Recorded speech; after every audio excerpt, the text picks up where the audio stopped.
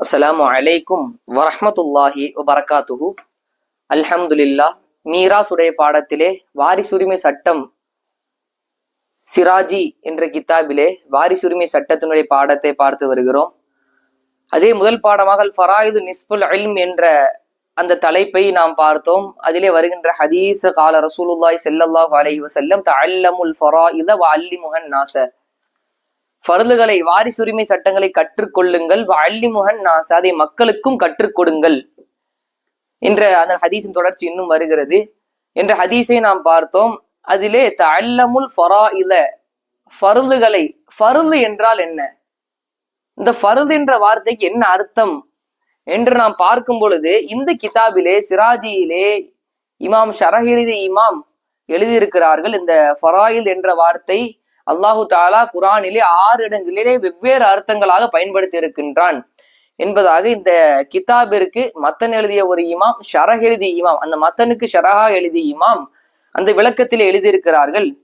அல்லாஹு தாலா குரானிலே கூறுகின்றான், முதலாவது அர்த்தமாக தக்தீர், நிர்ணயிப்பது, அளவில் நிர்ணயிப்பது என்பதாக. கௌலிஹி தஆலா, அல்லாஹ்வினுடைய சொல்லை போல, ஃபனிஸ்ஃபு மா ஃபரதுதும், உங்களுக்கு நிர்ணயித்ததிலிருந்து பாதி, உங்களுக்கு கடமையாக்கதிலிருந்து அப்படின்ற அர்த்தம் வர. இந்த இடத்துல ஃபரதுதும் என்றால் நிர்ணயித்தல், ஐ கத்தருத்தும், உங்களுக்கு நிர்ணயித்ததிலிருந்து பாதி என்ற இந்த ஆயத்திலே அல்லாஹு தஆலா சூரத்துன் பக்ராவிலே 237வது ஆயத்தாக இந்த ஃபரல் என்ற வார்த்தைக்கு நிர்ணயித்தல் என்ற அர்த்தத்தை பயன்படுத்துகின்றான். இரண்டாவதாக இமாம் கூறுகிறார், ஒல் கத்தா, ஒரு துண்டு, ஒரு பங்கு. கௌலிஹி தஆலா, அல்லாஹ் சொல்லிய போல, நசீபம் மஃப்ரூலா, விதிக்கப்பட்ட பங்கு என்பதாக. அந்நிசால் 7வது ஆயத்தாக, அந்நிசாவில் 7வது ஆயத்தாக பங்கு, ஃபரல் என்ற வார்த்தைக்கு ஒரு துண்டு, ஒரு பங்கு என்ற அர்த்தத்தை அல்லாஹு தஆலா கூறியிருக்கின்றான். மூன்றாவதாக ஒமா யுஅதா மின் கைரி இவதின், இழப்பீடு இல்லாமல் வழங்கப்படுவது.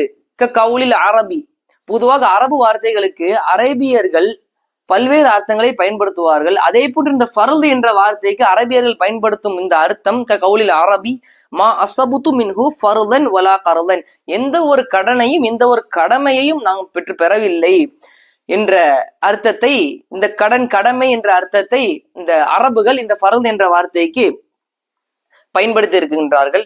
நான்காவதாக ஒரு இன்சால், இறங்குதல் என்ற அர்த்தத்தை அல்லாஹு தாலா குர்ஆனிலே பயன்படுத்துகின்றான்.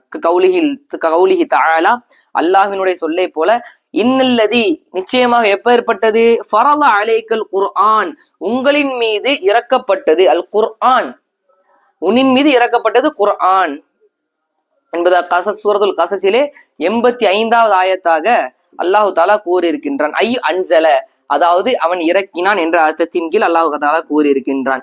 5வது இடமாக தபியின், விளக்கும் விதத்திலே, விளக்குகின்ற அர்த்தத்தின் கீழ் வருகிறது. கௌலிஹி தஆலா, அல்லாஹ்வினுடைய சொல்லை போல, கது ஃபரலல்லாஹு லக்கும் தஹில்லத் ஐமானிக்கும், உங்கள் சத்தியத்திற்கு பரிகாரத்தை நீங்கள் கொடுப்பது உங்கள் மீது கட்டளையாக இருக்கும் என்பதாக விளங்குதல், விளக்குதல் என்ற அர்த்தத்தின் கீழ் இந்த ஃபரல் என்ற வார்த்தை அல்லாஹு தஆலா தஹரீமில் 2வது ஆயத்தை கூறியிருக்கின்றான்.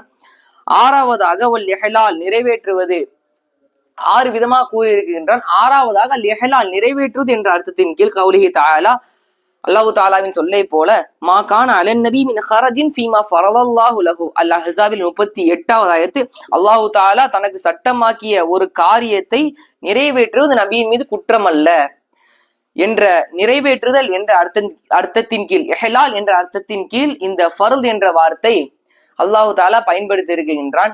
அல்ஹம்துலில்லாஹ். இந்த ஃபர்து என்ற வார்த்தைக்கு எத்தனை அர்த்தங்களை அல்லாஹு தாலா குர்ஆனிலே பயன்படுத்தி இருக்கின்றான், அதற்கு இமாம் எத்தனை அர்த்தங்களை கூறி இருக்கிறார்கள் என்பதையெல்லாம் பார்த்தோம்.